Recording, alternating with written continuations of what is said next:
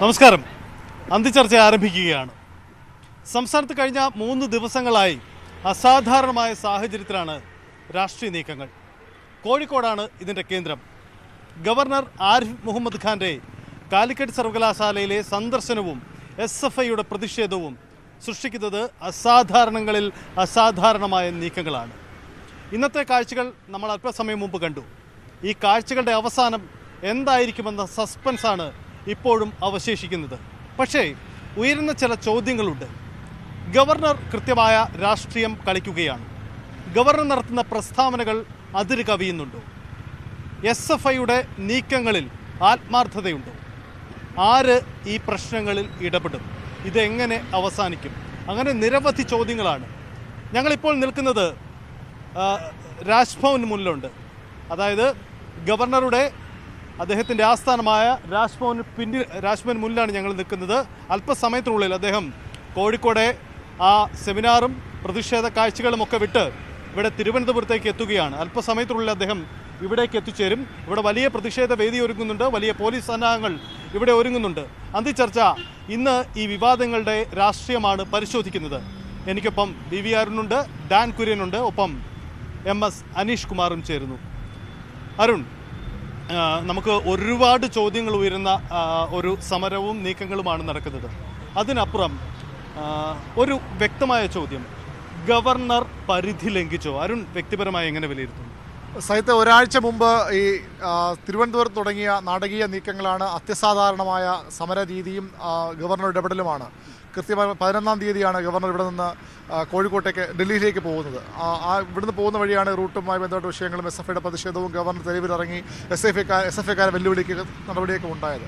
അത് ഒരാഴ്ച പിന്നിടുമ്പോൾ ഇന്നത്തെ പരിസമാപ്തിയെങ്കിലും ഒരുപക്ഷെ വീണ്ടും തിരുവനന്തപുരത്തേക്ക് മാറുകയാണ്. അദ്ദേഹം 10 മണിക്ക് തിരുവനന്തപുരം വിമാനത്താവളത്തെത്തും. അവിടെ നിന്ന് ഇവിടേക്ക് അദ്ദേഹത്തെ രാജ്ഭവനിലേക്ക് വലിയ പോലീസ് സുരക്ഷ അദ്ദേഹത്തെ ഇപ്പോൾ തന്നെ വലിയ രീതിയിൽ ഇന്ന് രാവിലെ മുതൽ തന്നെ പോലീസിൻ്റെ ഇരട്ടി സുരക്ഷയാണ് ഇവിടെ.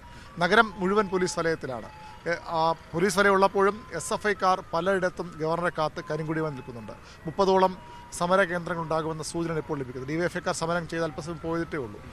അത്യസാധാരണമായ രീതി തന്നെയാണ് ഗവർണറുടെ ഭാഗത്തുണ്ടായത്. സ്വാഭാവികമായും ഒരു ഗവർണർ ഉണ്ടാകാൻ ആരും പ്രതീക്ഷിക്കാത്ത തരത്തിലുള്ള അത് തിരുവനന്തപുരത്ത് പേട്ടയിൽ റോഡിലിറങ്ങി SFIക്കാരെ വെല്ലുവിളിച്ചത് മുതൽ പിന്നീട് കാലിക്കറ്റ് ക്യാമ്പസിൽ നമ്മൾ കണ്ടതൊക്കെ ഒരു ഗവർണറിൽ നിന്നും ഉണ്ടാകുമെന്ന് ആരും പ്രതീക്ഷിക്കാത്ത തരത്തിലുള്ള നീക്കങ്ങളാണ്. പരിധി വിട്ട നീക്കം തന്നെ നിസ്സംശയം പറയാം. കാരണം ഗവർണർക്ക് സ്വാഭാവികമായും അദ്ദേഹത്തിൻ്റെ വിഷയമുണ്ടാകും. അദ്ദേഹം സർക്കാരിനെതിരെ നിലപാടെടുക്കും. അത് രാഷ്ട്രീയമെന്ന് സർക്കാരിനെ ആക്ഷേപിക്കാം, അല്ലെന്ന് ഗവർണർക്ക് ഭരണഘടന വരുന്നത് പറയുന്നത്. ഞാൻ ഇടയ്ക്കൊന്നും ഇടപെട്ടെ. ഇതുവരെ ഗവർണറുടെ ഇടപെടലിൽ സാങ്കേതികമെങ്കിലും ഒരു ന്യായം കൃത്യമായി ഉണ്ടായിരുന്നു. കാരണം സർക്കാരിൻ്റെ സ്വന്തം താല്പര്യം മുൻനിർത്തിയുള്ള ചില നീക്കങ്ങളിൽ അദ്ദേഹം ഇടപെടുന്നു എന്നതായിരുന്നു പൊതുവിൽ വരുന്നത്. പക്ഷേ കഴിഞ്ഞ ദിവസങ്ങളിൽ അദ്ദേഹം നടത്തിയ പ്രസ്താവന, ഒന്ന് കണ്ണൂർ സംബന്ധിച്ച് നടത്തിയ പ്രസ്താവന, വിദ്യാർത്ഥി സംഘടനയ്ക്കെതിരെ നടത്തുന്ന പ്രസ്താവന, മുഖ്യമന്ത്രിക്ക് നടത്തിയ പ്രസ്താവന, ഇതിനെല്ലാം അപ്പുറം ഇന്ന് അദ്ദേഹം കോഴിക്കോട് നഗരമധ്യത്തിലേക്ക് ഈ സംഘടനകളെയും പോലീസിനെയൊക്കെ വെല്ലുവിളിച്ചിറങ്ങുന്ന കാഴ്ചയുണ്ട്. നമ്മൾ ഒരിക്കലും ഒരു ഗവർണറിൽ നിന്നും പ്രതീക്ഷിക്കാത്ത കാഴ്ചകളാണ്. തീർച്ചയായും അത് തന്നെയാണ് പേട്ടയിൽ കണ്ടത് തന്നെയാണ്. ഗവർണർ സ്വാഭാവികമായും ഗവർണർക്ക് സുരക്ഷാ ഉദ്യോഗസ്ഥരുണ്ട്, ഒരു സുരക്ഷാ ടീമുണ്ട്. അവർ പറഞ്ഞ അപ്പുറത്തേക്ക് അദ്ദേഹത്തിന് റോഡിൽ പെരുമാറാൻ കഴിയുന്ന പ്രോട്ടോക്കോളുണ്ട്. അതെല്ലാം ലംഘിച്ചുകൊണ്ടാണ് ഗവർണർ പേട്ടയിൽ ഇറങ്ങിയത്. അതുപോലെ തന്നെ കാലിക്കറ്റ് ക്യാമ്പസിൽ പലതവണ ഇറങ്ങിയത്. ഒരുപക്ഷെ ഇന്നത്തെ പോലീസ് വേണ്ടെന്ന് പറഞ്ഞുള്ള കോഴിക്കോട് നഗരത്തിലെ നഗരപ്രദക്ഷിണം പോലും അക്ഷരാർത്ഥത്തിൽ പ്രോട്ടോക്കോളിൻ്റെ ലംഘനമാണ്. സ്വാഭാവികം അദ്ദേഹം എല്ലാ പരിധിയും ലംഘിച്ചു തന്നെയാണ് മുന്നോട്ട് പോകുന്നത്. അദ്ദേഹത്തെ ചോദ്യം ചെയ്യാൻ ആരുണ്ടെന്ന് ചോദിച്ചാൽ അദ്ദേഹം മാത്രമേ ഉള്ളൂ. സ്വാഭാവികമായും അദ്ദേഹം തീരുമാനിക്കുന്നതനുസരിച്ച് മാത്രമേ കാര്യങ്ങൾ ഇപ്പോൾ മുന്നോട്ട് പോകൂ. അദ്ദേഹത്തിന് ഒരു സ്ഥലത്ത് പോകണമെന്ന് പറഞ്ഞാൽ പോലീസിനെ കൂടെ പോകേണ്ടി വരും. പോലീസിനും അന്വേഷിച്ച് അദ്ദേഹം പോകും, അദ്ദേഹം ഇറങ്ങും. ഇന്ന് അവിടെ മിഠായി തെരുവിലും അതുപോലെ മാനാഞ്ചിറയും ഒക്കെ പോയെങ്കിൽ സ്വാഭാവികമായും അദ്ദേഹം നാളെ ഇവിടെ തിരുവനന്തപുരത്തെത്തുമ്പോൾ ഏതൊക്കെ മാർക്കറ്റിൽ പോകും, ഏതൊക്കെ കടകളിൽ പോകും, എവിടെയൊക്കെ പോകുമെന്ന ആശങ്കയിലാണ് ഒരുപക്ഷെ അദ്ദേഹത്തിനൊപ്പമുള്ളവരും സുരക്ഷാ ഉദ്യോഗസ്ഥരും പോലീസുമൊക്കെ. തീർത്തും അപ്രവചനീയമായി മാറുന്നു ഗവർണർ ആരിഫ് മുഹമ്മദ് ഖാൻ്റെ ഓരോ നീക്കവും. ഡാൻ, ഈ അരുൺ പറഞ്ഞു നിർത്തിയെടുത്ത് തന്നെ ഇത് തനിക്ക് സുരക്ഷ വേണ്ടെന്ന് ഗവർണർ പ്രഖ്യാപിക്കുകയാണ്. പക്ഷേ നമുക്കറിയാം, സുരക്ഷയിൽ ഒരു പിഴവുണ്ടായാൽ അത് പോലീസും സർക്കാരും ഉത്തരവാദിയാണ്. അങ്ങനെ ഒരു അസാധാരണ പ്രതിസന്ധി സൃഷ്ടിക്കുകയാണ് ഗവർണറുടെ നീക്കത്തിൽ എന്ന് തോന്നുന്നുണ്ടോ? അല്ല, അത്തരമൊരു പ്രതിസന്ധി സൃഷ്ടിക്കുന്നത് കൊണ്ട് അദ്ദേഹത്തിനുണ്ടാകുന്ന നേട്ടം എന്താണെന്നൊരു വലിയ ചോദ്യം കൂടെയുണ്ട്. ഒന്നുകിൽ അദ്ദേഹം വൈകാരികമായി പ്രതികരിക്കുന്നു, അതല്ലെങ്കിൽ കൃത്യമായ ഒരു കേന്ദ്രത്തിൽ നിന്ന് ലഭിക്കുന്ന നിർദ്ദേശങ്ങളുടെ അടിസ്ഥാനത്തിൽ അദ്ദേഹം പ്രതികരിക്കുന്നു. എനിക്ക് തോന്നുന്നത് രണ്ടാമത്തേതാകാനാണ് സാധ്യത എന്നാണ്. കാരണം അദ്ദേഹം ഇത്തരത്തിലൊരു രാഷ്ട്രീയ നീക്കം നടത്തുന്നതിലൂടെ പ്രതിരോധത്തിലാകുന്നത് സർക്കാരാണ്. അങ്ങനെയാണെങ്കിൽ സർക്കാരിനെ പ്രതിരോധത്തിലാക്കുന്നതിൻ്റെ നേട്ടം ആർക്കാണ്? ആ നേട്ടം ലഭിക്കുന്നവരാണ് ഇത്തരത്തിൽ ഗവർണറെ കരുവാക്കിക്കൊണ്ട് ഇത്തരം നീക്കങ്ങൾക്ക് പിന്നിലെന്ന് പറയുന്നതാകും ശരിയെന്നാണ് എനിക്ക് ഈ ഘട്ടത്തിൽ. MS അനീഷ് കുമാർ കൂടി നമുക്കൊപ്പം ചേരുന്നുണ്ട്. അനീഷ്, നമ്മളിതിൻ്റെ ഒരു പൊതു സാഹചര്യം പറഞ്ഞു വരികയായിരുന്നു. അനീഷ്, ഈ സർക്കാർ ഒരു രാഷ്ട്രീയം സർക്കാരിനുണ്ട്, നമുക്കറിയാം. ഒരു രാഷ്ട്രീയ മുന്നണിയാണ് സർക്കാരിന് നേതൃത്വം നൽകുന്നത്. ഇനി അങ്ങോട്ടുള്ള കാര്യങ്ങൾക്കൊക്കെ കൃത്യമായും രാഷ്ട്രീയം സർക്കാർ മുന്നിൽ കാണുന്നുണ്ട്. അതിന് അതേ നാണയത്തിൽ മറുപടി പറയുക എന്ന ഒരു ശൈലി ഗവർണർ സ്വീകരിച്ചു എന്ന് തന്നെ വേണ്ടേ നമ്മളതിനെ കാണാൻ?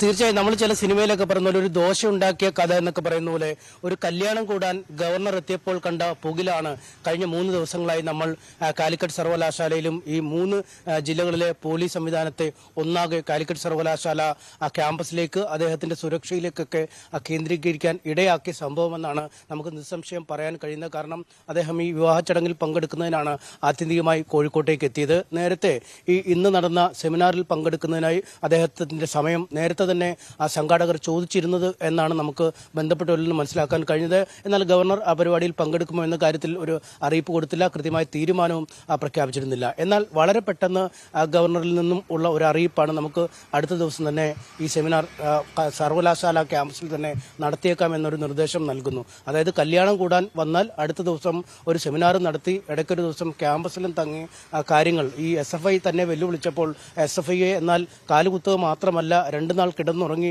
3 ദിവസം ആ ക്യാമ്പസിൽ താമസിച്ച് തന്നെ പോയേക്കാമല്ലോ എന്നൊരു തീരുമാനത്തിലേക്ക് ഗവർണർ എത്തി. അതാണ് ഏറ്റവും രസകരമായ, കൗതുകകരമായ, അല്ലെങ്കിൽ അങ്ങനെ നമുക്ക് വിശേഷിപ്പിക്കാൻ കഴിയുന്ന ഒരു സംഭവം അതുതന്നെയാണ്. ആ ഒരു കല്യാണം കൂടാൻ ഗവർണർ എത്തിയതിനെ തുടർന്ന് 3 ജില്ലകളിലെ പോലീസ് സംവിധാനം 3 ദിവസമാണ് അക്ഷരാർത്ഥത്തിൽ ആ ക്യാമ്പസിന് പരിസരത്തായി തളയ്ക്കപ്പെട്ടത്. ഭക്ഷണം പോലും കഴിക്കാതെ, ഒരു ചായ പോലും കുടിക്കാതെ നിന്ന പല പോലീസുകാരും ഇന്ന് നമ്മളോട് പരാതിയൊക്കെ പറയുന്നുണ്ട്. കാരണം അപ്രതീക്ഷിതമായി വന്ന ഒരു ഡ്യൂട്ടിയാണ്. ഒരു സമയത്തും ക്യാമ്പസിൽ നിന്ന് പുറത്തേക്ക് പോകാൻ കഴിയാത്തൊരു സാഹചര്യമുണ്ട്. കാരണം ഏതെങ്കിലും സമയത്ത് വിദ്യാർത്ഥികൾ ഒരു വശത്ത് നിന്ന് വന്നാൽ, ഇന്നലെ രാത്രിയൊക്കെ വൈകുവോളം അവിടെ പ്രശ്നങ്ങളായിരുന്നു. ഒപ്പം അപ്രതീക്ഷിതമായി ചിലപ്പം ഗവർണർ ഈ പ്രോട്ടോകോൾ ലംഘിച്ച് ഗസ്റ്റ് ഹൗസിൽ നിന്നും പുറത്തേക്ക് വരുന്നു. ഇന്ന് മാനാഞ്ചിറ പോയതുപോലുള്ള ചില നീക്കങ്ങളൊക്കെ ഉണ്ടാകുന്നു. അതുകൊണ്ട് അപ്രതീക്ഷിതമായി എന്തും സംഭവിക്കാവുന്ന ഒരു സാഹചര്യമായതുകൊണ്ട് തന്നെ വലിയ തലവേദനയായി മാറിയത് എനിക്ക് തോന്നുന്നത് പോലീസ് ഉദ്യോഗസ്ഥർക്കാണ്. ജില്ലാ പോലീസ് മേധാവി, മലപ്പുറമൊക്കെ ആളുകൾ ഒരു മുൾമുനയിൽ തന്നെ നിൽക്കുന്ന ഒരു സാഹചര്യം. ഒരു വശത്ത് SFI, മറുവശത്ത് ഗവർണർ എന്നിങ്ങനെ നിൽക്കുന്നത് ഒരു അല്പം ഒരു വാശി അല്ലെങ്കിൽ മനീഷ, ഇന്ന് ഈ VC ജയരാജ് അദ്ദേഹം ഈ സെമിനാറിൽ പങ്കെടുത്തില്ല. ഈ സെമിനാറിൽ നിന്ന് വിട്ടുനിൽക്കാനുള്ള തീരുമാനം അദ്ദേഹം നേരത്തെ കൈക്കൊണ്ടതാണോ അതല്ലെങ്കിൽ പൊടുന്നനെ ഉണ്ടായ ഒരു തീരുമാനമായിരുന്നോ? കാരണം അവസാന സമയത്ത് ഈ VCയുടെ അസാന്നിധ്യം അത് വളരെയധികം ചർച്ചയായിരുന്നു. ഒരു ഔദ്യോഗിക ചെയർ എന്ന രീതിയിൽ പറയാൻ കഴിയില്ല സജിത്ത്. ഇത് ഒരു ചെയർ, ഒരു സംഘടന, ഹൈന്ദവ സംഘടനയുടെ കീഴിലുള്ള ഒരു പ്രഭാഷണം എന്ന് മാത്രമേ ഇതിനെ വിശേഷിപ്പിക്കാൻ കഴിയൂ എന്നാണ് നമുക്ക് മനസ്സിലാക്കാൻ പറ്റുന്നത്. അതുകൊണ്ട് ഒരു ഔദ്യോഗിക പരിവേഷമോ അല്ലെങ്കിൽ സർവകലാശാലയുടെ ഔദ്യോഗിക പരിപാടിയോ ആയിരുന്നില്ല ഇത്. അതുകൊണ്ട് VC നിർബന്ധമായും പങ്കെടുക്കേണ്ട ഒരു ചടങ്ങെന്നും ഇതിനെ വിശേഷിപ്പിക്കാൻ കഴിയില്ല. സംഘപരിവാർ അനുകൂലികൾ അല്ലെങ്കിൽ BJPയുമായി ബന്ധപ്പെട്ട ആളുകളൊക്കെയാണ് കൂടുതൽ സദസ്സിൽ ഉണ്ടായിരുന്നത് എന്നാണ് മനസ്സിലാക്കാൻ കഴിയുന്നത്. ആ കോളേജിലെ വിദ്യാർത്ഥികളോ അല്ലെങ്കിൽ അത്തരം വലിയൊരു സാന്നിധ്യം അവിടെ നിന്ന് ഉണ്ടായില്ല എന്നാണ് നമുക്ക് മനസ്സിലാക്കാൻ കഴിയുന്നത്. അതുകൊണ്ട് നിർബന്ധമായും പങ്കെടുക്കേണ്ട, ചാൻസലർ പങ്കെടുക്കുമ്പോൾ വൈസ് ചാൻസലർ പങ്കെടുക്കേണ്ട. അരുണ്, ഈ ഇതിന് പിന്നിൽ ഒരു രാഷ്ട്രപതി ഭരണത്തിന്റെ നീക്കമാണ് ഗവർണർ ലക്ഷ്യമിടുന്നത് എന്ന വാദം CPM ഉയർത്തിക്കഴിഞ്ഞു. CPM യഥാർത്ഥത്തിൽ ഒരു പൊളിറ്റിക്കൽ ബൈറ്റിനപ്പുറത്തേക്ക് ശരിക്കും അത്തരം സാധ്യത മുന്നിൽ കാണുന്നുണ്ടോ? സഹിത്ത് കഴിഞ്ഞ സർക്കാരിൻ്റെ അവസാന കാലഘട്ടം മുതൽ ആരിഫ് മുഹമ്മദ് ഖാൻ്റെ ഇടപെടലുകൾ അത്തരമൊരു സംശയം, ആശങ്ക CPM ഇടതുകേന്ദ്രം ഉണ്ടാക്കിയിട്ടുണ്ട് എന്ന വസ്തുതയാണ്. ഏത് നിമിഷവും അത്തരമൊരു നീക്കമുണ്ടാകാം. കാരണം BJPക്ക് അതല്ലാതെ കേരളത്തിൽ സമയഭാവിയിലൊന്നും ഭരണം പിടിക്കാൻ കഴിയില്ല. അങ്ങനെയെങ്കിൽ 2 വഴിയാണ് അന്ന് CPM നേതൃത്വം അതിനെ കണ്ടത്. ഒന്ന് കേന്ദ്ര ഏജൻസികളുടെ അന്വേഷണം, മറ്റൊന്ന് ആരിഫ് മുഹമ്മദ് ഖാൻ്റെ ഗവർണർ. 2 വഴികളിലൂടെ സംസ്ഥാനത്തെ ഭരണം അസ്ഥിരമാക്കാനുള്ള നീക്കം, അത് CPM അന്ന് മുതൽ സംശയിക്കുന്നു. ഇപ്പോൾ ആരിഫ് മുഹമ്മദ് ഖാൻ നീക്കങ്ങൾ കുറച്ചുകൂടി അവരുടെ സംശയം, ആശങ്ക ബലപ്പെടുന്നു. ഏറ്റവും ഒടുവിൽ ഇന്നലെ വന്ന ഈ രാജ്ഭവനിൽ നിന്നൊരു വാർത്താക്കുറിപ്പുണ്ട്. അതിൻ്റെ അവസാന ഭാഗത്ത് പറയുന്നത് സംസ്ഥാനത്ത് ഭരണഘടനാ വിരുദ്ധമായ ഭരണഘടനയെ കൊളാപ്സ് ചെയ്യുന്ന ഭരണഘടനാ സിസ്റ്റംസിന് സംവിധാനം കൊളാപ്സ് ചെയ്യുന്ന തരത്തിലുള്ള നീക്കങ്ങൾ നടക്കുന്നു. അതിന് മുഖ്യ നേതൃത്വം നൽകുന്നു. അതിനർത്ഥം ഭരണഘടന കൊളാപ്സായാൽ ഭരണഘടനാ സംവിധാനങ്ങൾ തകർന്നാൽ അവിടെ ഗവർണർ ചെയ്യേണ്ടത് രാഷ്ട്രപതി പ്രതിയെ ഗവർണർ ചെയ്ത് രാഷ്ട്രപതി അറിയിക്കുക. പകരം സംവിധാനം രാഷ്ട്രപതി ഭരണമാണ്, അല്ലെങ്കിൽ കേന്ദ്രം നിർദ്ദേശിക്കുന്നത് മറ്റൊരു ഭരണ സംവിധാനമാണ്. സ്വാഭാവികമായും അത് ഒരു വെല്ലുവിളിയായി, ഒരു മുന്നറിയിപ്പായി, ഒരു ഭീഷണിയായി CPM നേതൃത്വം കാണുന്നു. ആരിഫ് മുഹമ്മദ് ഖാൻ പറയുമ്പോൾ വെറും ഭീഷണിയെന്ന് CPM കരുതുന്നില്ല. അതിനപ്പുറത്തേക്ക് അതിലെന്തൊക്കെയോ സംഭവിക്കാൻ പോകുന്നു എന്നൊരു ആശങ്ക അവർക്കുണ്ട്. അത് പ്രതിരോധിക്കാനുള്ള നീക്കമാണ്. ഇന്നലെ രാത്രി വാർത്താക്കുറിപ്പ് തൊട്ട് പിന്നാലെ CPM സംസ്ഥാന സെക്രട്ടറി പറഞ്ഞത്. ഇന്ന് CPM നേതാക്കൾ ഞാൻ അതിനിടയിലും ഒരു സംശയം ചോദിക്കട്ടെ. കാരണം സംസ്ഥാനത്ത് ഗവർണർ ആരിഫ് മുഹമ്മദ് ഖാനും സർക്കാരും മുഖ്യമന്ത്രിയും തമ്മിലുള്ള പോര് ഇന്നും ഇന്നലെ തുടങ്ങിയതല്ല, നേരത്തെ മുതലുണ്ട്. പക്ഷേ ഈ ഒരു രൂപത്തിലേക്ക് എത്തിയത് ഈ അടുത്ത ദിവസങ്ങളിലാണ്. എൻ്റെ ഒരു സംശയം, ബോധപൂർവമാണോ? ഇപ്പം ഗവർണർക്ക് ഒരു രാഷ്ട്രീയമുണ്ടെന്ന് പറഞ്ഞു, എന്ന് പറഞ്ഞ പോലെ സർക്കാരും ഗവർണറും തമ്മിൽ ഏറ്റുമുട്ടുന്നു, SFIയുമായി ഏറ്റുമുട്ടുന്നു എന്ന രാഷ്ട്രീയം ചർച്ചയാക്കുന്നതിലൂടെ മറ്റെന്തെങ്കിലും മറച്ചു പിടിക്കാൻ ശ്രമിക്കുന്നുണ്ടോ? മറച്ചുപിടിക്കുന്നതിനപ്പുറത്തേക്ക് അതിലൊരു വലിയ രാഷ്ട്രീയ ലക്ഷ്യം CPMനുണ്ട്. സ്വാഭാവികമായും ഗവർണർ ഇത്തരം വരുമ്പോൾ ഗവർണർ ആരുടെ പ്രതിനിധിയാണ്? BJPയുടെ പ്രതിനിധിയാണ്. രാഷ്ട്രപതി പ്രതിനിധി ഔദ്യോഗികമാണെങ്കിൽ പോലും BJP ഗവൺമെൻറ് നിയോഗിച്ച ആളാണ്. സ്വാഭാവികമായും BJPയുടെ രാഷ്ട്രീയം ആണ് അദ്ദേഹം പറയാൻ ശ്രമിക്കുന്നത്. പലപ്പോഴും സംഘപരിവാർ RSS എന്ന് പറയുന്ന മഹത്തരമായ സംഘടനയാണ്. എന്താണോ CPM എതിർക്കുന്നത്, എന്താണോ സംസ്ഥാന ന്യൂനപക്ഷങ്ങൾ ഭയത്തോടെ കാണുന്നത്, അതിൻ്റെ വക്താവായി ഗവർണറെ CPM ഒരു വശം നിർത്തുകയാണ്. അതുകൊണ്ടുള്ള രാഷ്ട്രീയങ്ങളുടെ സ്വാഭാവികമായും ന്യൂനപക്ഷ വോട്ടുകൾ അവരുടെ ഭാഗത്തു നിന്ന് വലിയൊരു പിന്തുണ CPM പ്രതീക്ഷിക്കുന്നു. ആ രാഷ്ട്രീയം വളരെ ശക്തമായി തന്നെ CPM വളരെ ബുദ്ധിപൂർവ്വം തന്നെ ഉപയോഗിക്കുന്നു. അതിന് നേട്ടങ്ങൾ എങ്ങനെ ഉണ്ടാകുമെന്ന് വരും തെരഞ്ഞെടുപ്പുകൾ മാത്രമേ പറയാൻ കഴിയൂ. പക്ഷേ CPMയുടെ രാഷ്ട്രീയം ഇത് തന്നെയാണ് പ്രധാനമായും കാണുന്ന ഒരു കാര്യം. അതങ്ങനെയാണ്.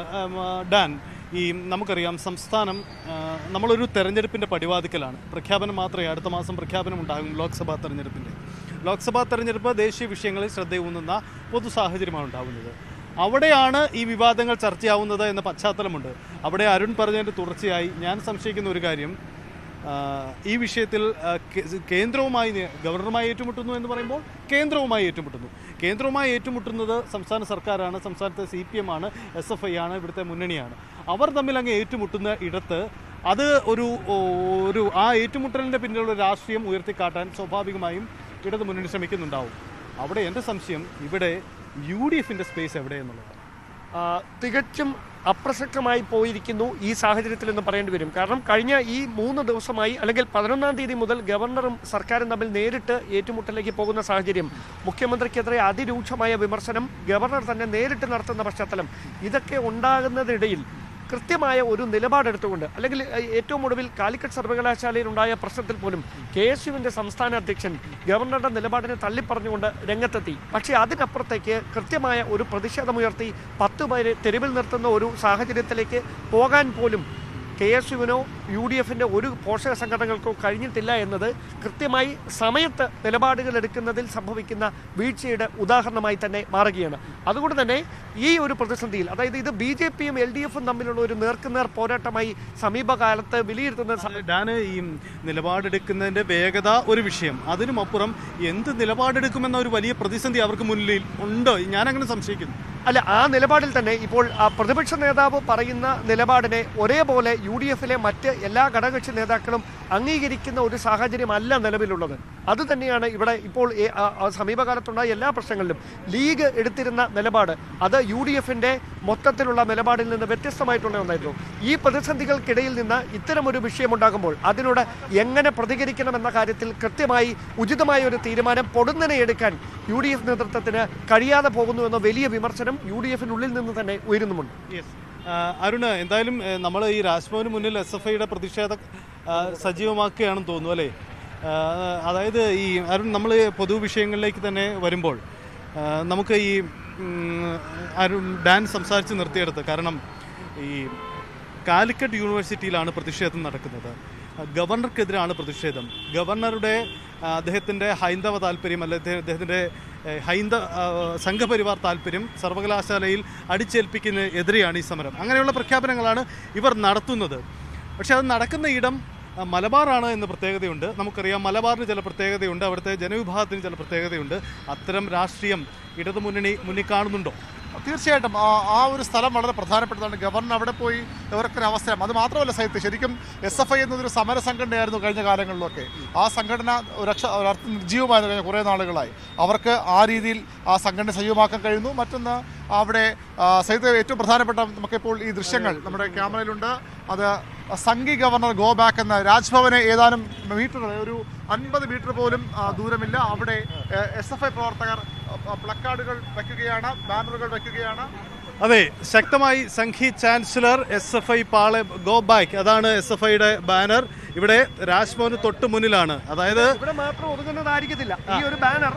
ഒരുപക്ഷെ വിമാനത്താവളത്തിൽ നിന്ന് ഇവിടേക്ക് വരുന്ന മുഴുവൻ വഴിയിലും ഇതുപോലെ തന്നെ സ്ഥാപിക്കുന്ന നീക്കമായിരിക്കും. എനിക്ക് ഇതിനകത്ത് കൗതുകം കൂടി ഉള്ളത്, കോഴിക്കോട് സർവകലാശാല ക്യാമ്പസിൽ, കാലിക്കറ്റ് സർവകലാശാല ക്യാമ്പസിൽ ഇത്തരം ബോർഡുകൾ വന്നപ്പോഴാണ് എടുത്തു മാറ്റാൻ ഗവർണർ പറഞ്ഞത്.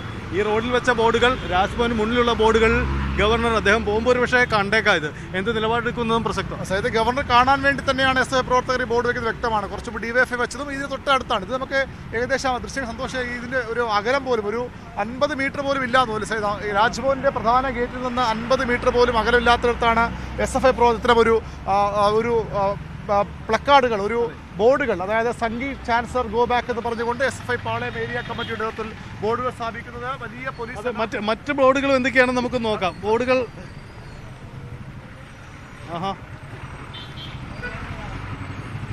ഗവർണർക്കെതിരെ വലിയ രൂക്ഷമായ പരാമർശങ്ങളാണ്. ഒരുപക്ഷെ നമുക്ക് അങ്ങ് മൈക്കിൽ പോലും അങ്ങ് പറയാൻ മടിക്കുന്ന തരത്തിലുള്ള ഷൂനക്കി ഗവർണർ, ഇത് സർവകലാശാലയാണ്, ശാഖയല്ല. അങ്ങനെ രൂക്ഷമായ പരാമർശം അദ്ദേഹത്തിന് നടത്തുകയാണ്. അരുണ, ഇത് കോഴിക്കോട്ടെ കാഴ്ചയല്ല, ഇവിടെയും കലക്കും. തീർച്ചയായിട്ടും കലക്കിൻ്റെ ലക്ഷണങ്ങൾ കണ്ടു തുടങ്ങി. പ്രത്യേകിച്ചും പോലീസ് ഉദ്യോഗസ്ഥരൊക്കെ ഇവിടേക്ക് കൂടുതൽ എത്തുന്നുണ്ട്. ഇത് ഒരു പ്രൊട്ടക്റ്റഡ് ഏരിയ ആണ്.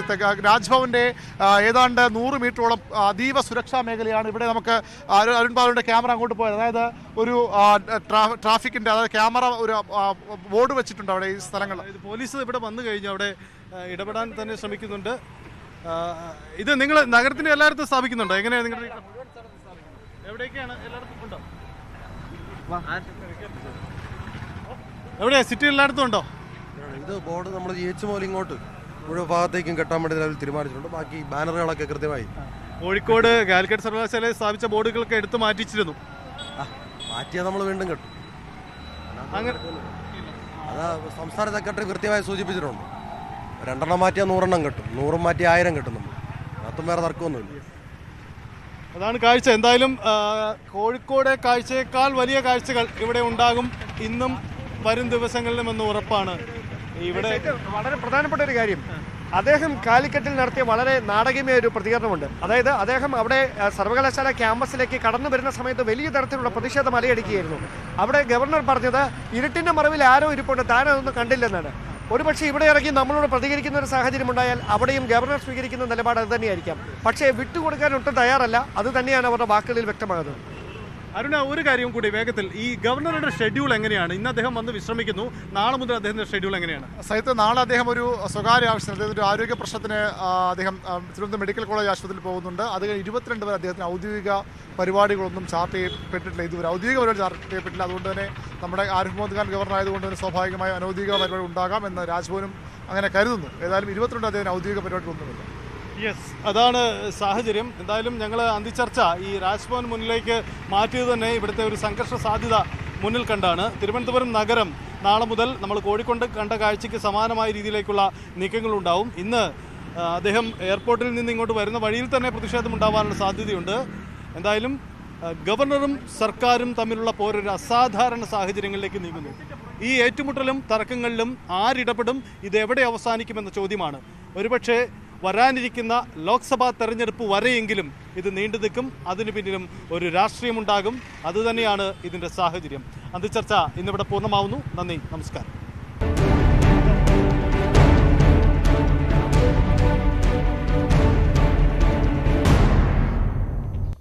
ഫർണിച്ചറിന്റെ ഷൈൻ